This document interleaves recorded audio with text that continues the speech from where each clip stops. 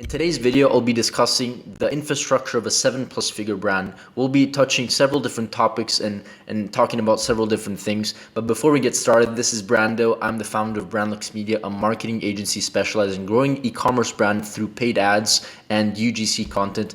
Before we dive in, I kindly ask you to like that button and subscribe to the channel to support it and do all that stuff.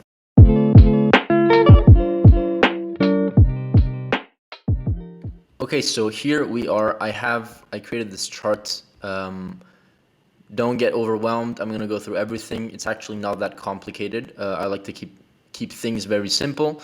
This chart here is probably what an e-commerce needs from a 365-degree angle when it comes to the infrastructure that they need to set up, that a brand needs to set up to make sure that it's successful.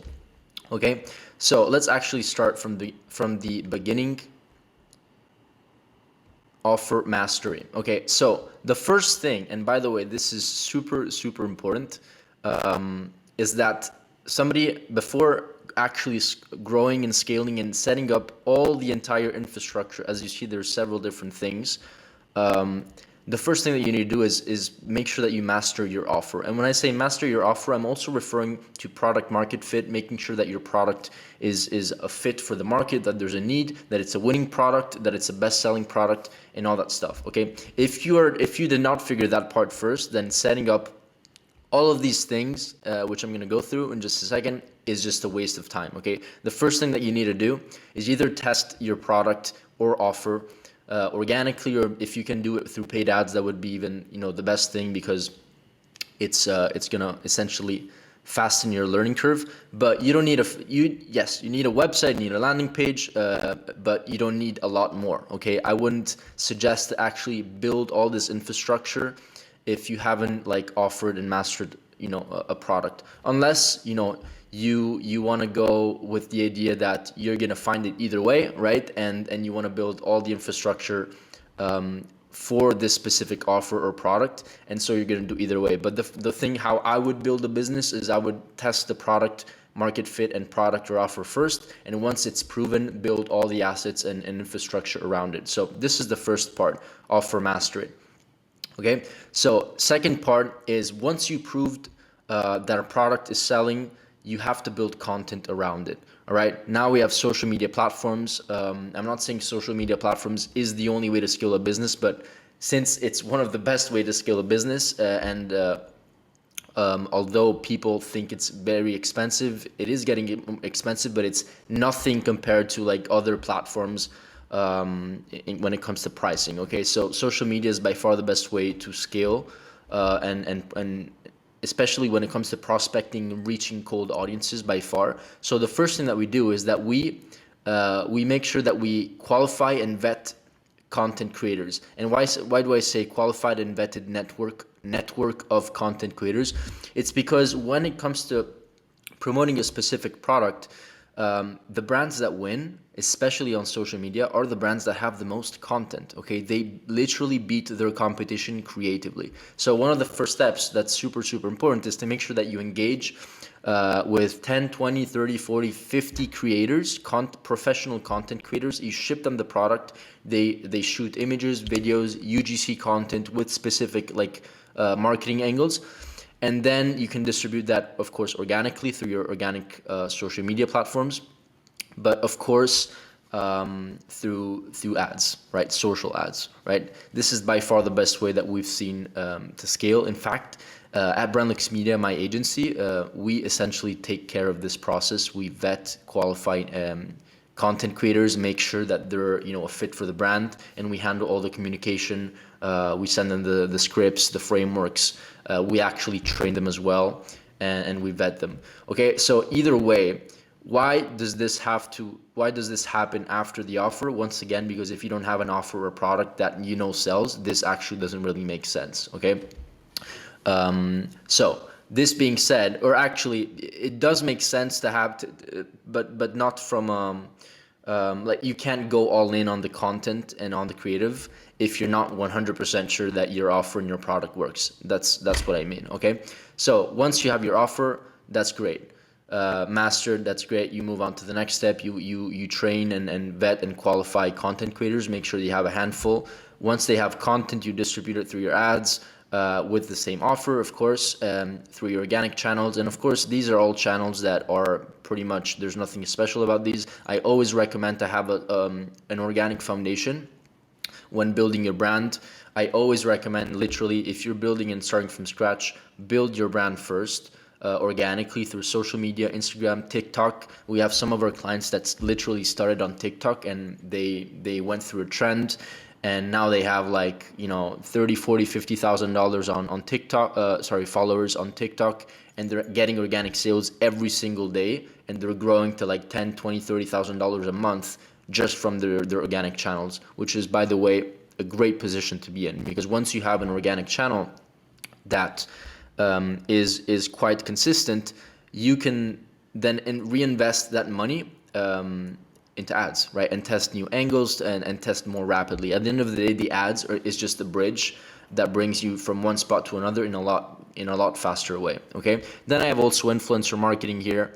I always recommend, whether you want it or not, I always recommend doing influencer marketing. It's not consistent traffic, but it can really lead to, if you have a systematic way of sourcing influencers and making sure that they're the right ones, whether it's macro or micro influencers, then it's definitely one great strategy to implement. Either way, here we have the organic traffic, here we have the paid ads traffic, and here we have the influencer marketing. This is usually a well-structured, like a good structure when it comes to growing a brand, right? So of course, all of this traffic goes through the website.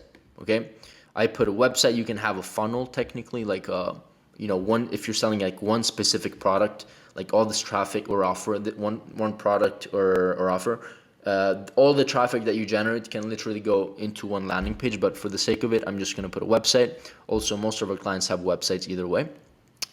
Either way, when people go to the website, I'm gonna go through this sequence first, and then I'm gonna talk about flows and stuff like that. So website, then people add to cart. What we want to add here, and this is something that many companies actually don't do, is a quick pre-purchase offer, essentially based on, there's several applications, and perhaps I'm gonna do a whole different video about different apps that you can use on Shopify, on other platforms to add these features. But a quick pre-purchase offer is essentially an offer that doesn't cost too much. It's a no-brainer. It's fast. You don't need to think about it, and it's complementary to what they bought in the cart before. So with these apps that you can install, for example, on Shopify, you can literally segment. Based on the product that is in the cart. So if product A is in the cart, then show product B as a quick pre-purchase offer. Okay, so this is great to increase average order value. Okay, it's amazing. One thing that I also that works really well on the cart is actually to add an urgency factor. Put a timer. We've seen an increase in checkout process and purchases by adding this feature on the add to cart, or on the cart page. Sorry. Okay, so when people go from the cart, they go through checkout, obviously, and then when they check out, many people just redirect and go from checkout to thank you page. I actually noticed this quite a lot, but it's important to add upsells and downsells to increase that average order value even more. Okay, same thing with the pre-purchase. This is actually the same application that we're using, that we implement for our clients, but we want to show one upsell, which is essentially an upsell, as the name says it itself. An upsell is something that costs more. Okay, so if I buy product A, and once again you can segment. So if I buy product A, I make sure that the customer is going to see product B.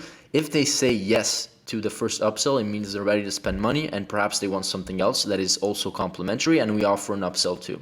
Okay, still at least as expensive as upsell one, or the product itself they bought in the first place.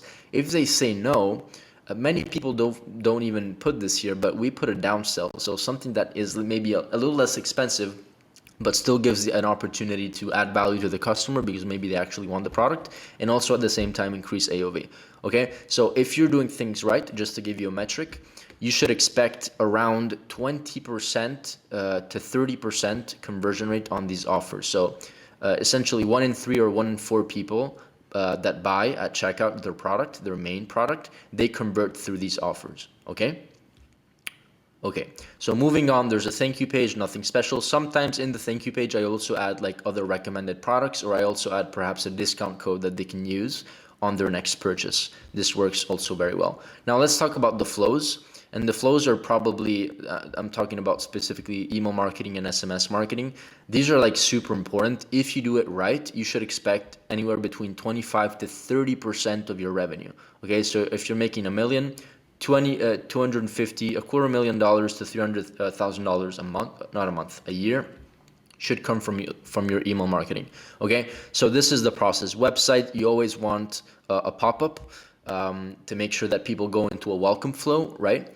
And the pop-up usually that most companies put is usually like a 10 or 15% discount or something like that. Okay, what we've done that really works well is, yes, we offer the discount, but at the same time we want to make them be part of a monthly giveaway. So if you enter your email, not only we're going to give you the discount, but you're also going to enter automatically, you're going to enter a giveaway contest that we do every month where we give out XYZ. Could be a gift card, could be a whole product, a kit, something special. Okay, we've seen an increase, a significant increase in opt-ins just by doing this. And of course, if you increase your opt-ins and your flows are well set, then it's automatically an increase in sales. Okay, so this being said, we recommend at least, I didn't have space to put more here, but at least 10 email sequences that are 2 to 5 days apart.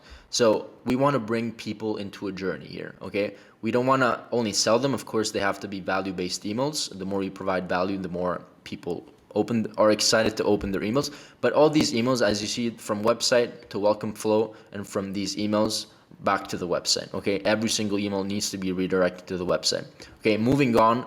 Cart page, when people don't finish their checkout, as you know, everybody knows this, they go into an abandoned cart flow. Special thing here that many people do not do is that many brands just stop at 3, right? Just 3 follow-ups. I've seen some brands just do 1 follow-up, but literally if you do this well, do up to 5 and trust me. Okay, the first should be a normal reminder, the second should be a normal reminder, the third email should have a 10% discount, and the fourth and the fifth should have a 15% discount. Okay, so this is usually the sequence that we've seen. For some clients, we've also done up to 7. Okay, so it's like no discount, then we have a 10% discount here, reminder of the 10% discount, 15% discount, reminder of the 50% discount, and then we have like a 20% discount that, you know, if you can afford to do that, then cool, on the 7th email.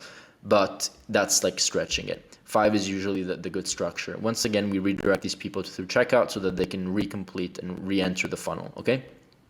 Now, when people actually purchased, or actually not necessarily purchased, because here, before I get into, you know, this part over here, I write something that's super important for email marketing. I put this section on underneath because I didn't have any space on the top. But essentially what we want here is to send 1 to 2 value-based emails per week to the list. We don't want to be, once again, too promotional. I recommend doing like one promotional email every 1 to 2 weeks, not more than that. Because once again, if you set up your infrastructure, your email marketing infrastructure well, you don't need to be like extremely promotional, and actually it's not good to be promotional and kind of spammy. We want to provide always values, do storytelling, and that's it. Provide good content, quality content. Okay, so you should send 1 to 2 emails per week. This is usually what we've seen work really well. Okay, you don't have to send more than this, honestly, because then it gets too much with the flows and stuff like that, the abandoned carts and everything else, and that's that. Okay, so when it comes to customers, we also recommend having a customer review flow. So people go into the customer review flow, and we follow up 5 times usually, just asking them for a review. One thing that we've really noticed that works well is not only to ask for a review, but to give a discount, an additional discount if they provide a review. So tell them, if you are able to provide a review within the next 7 days, we will send you, just send us a screenshot of proof, and we will send you a 20% discount on your next order, or something like that. Or we will send you an ebook, or a freebie, or something like that. But the most important thing is that people will naturally they're extremely lazy, and even if they like the product, they're just lazy about just writing a review, and you have to remind them, which is why we have a 5 day sequence. But at the same time, you always need to have some sort of offer. Okay, the offer, whether it's on the front end, whether you're also just asking for a review, you need to incentivize people to do that. Okay, moving on to our last flow, the upsell follow-up flow. Okay, so when people buy a product, many times, 80% of the time, exactly, or like on average, if you do things right, they won't buy the upsells. As I said, 20 to 30% of buyers actually convert on these upsells, but there's a big portion of like the 70 to 80% that actually don't, right? They don't move forward with it. Whether it's the pricing issue, whether it's maybe the wrong moment, they don't feel comfortable, they don't want to spend as much money with you as of like now because they don't know you. Like for whatever reason, they didn't buy it. What we want to do is put them into this follow-up flow, send them at least 5 to 7 emails, I would say, and redirect them based on segmentation on the product that they missed out on. Why do I say segmentation? Because if you use tools like Klaviyo, I don't know how to say it. If you use these tools, you can literally segment based on the product that they buy. So if they buy, same like here, if they buy product A, then this email is going to redirect people to a specific product. And the email is going to say, oh, we noticed you bought this product. Most of our customers, 90% of our customers usually also buy this other product because of X, Y, and Z reasons. Here are product testimonials. Here's also an offer that you can use because we appreciate your trust that you've given us, like a discount you can use. So this is the email. It's nothing special, but you're just reminding them. You're giving them also a discount. And you're also reminding them that this other product is a fit for them because they initially bought product A, right? So I'm not going to rant more about this. It's quite self-explanatory, but this is overall the structure that you need to implement, and this is the minimum structure, by the way, because when it comes to flows, like I can have like I'm probably going to do a whole video just about email marketing. There's like probably 10 other flows that you can implement that work super well when you get to a certain level, right? But this is more than enough, all of this, to get to a 7-figure run rate, be a 7-figure brand. And when it comes to going from 7 and jumping over to maybe 8, multiple 8 figures, there's several other things that you need to implement. And I'm going to talk about that in another video for sure. But now that's it for me. Just let me know if you have any questions. It's super important. I wanted to do a video like this because I always talk about different pieces of the puzzle, whether it's offer mastery, UGC creators, email marketing, the whole sales process here, right? So I wanted to do one video where I put everything together. Once again, just let me know if you have any questions. Leave comments on the YouTube video, and nothing. Just let me know. To your success. Bye bye.